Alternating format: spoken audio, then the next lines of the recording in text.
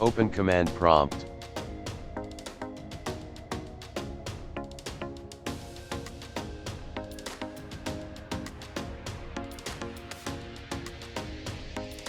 Click on Properties.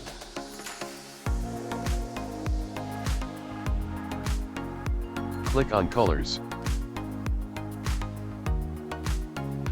You can format the background color of command prompt here.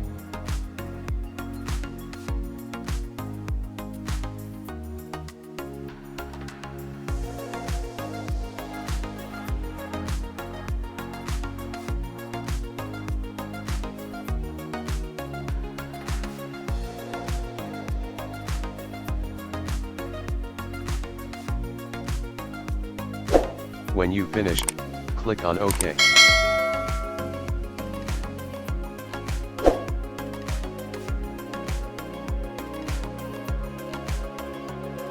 To test what we have formatted, open command prompt again. As you can see, the color has to default.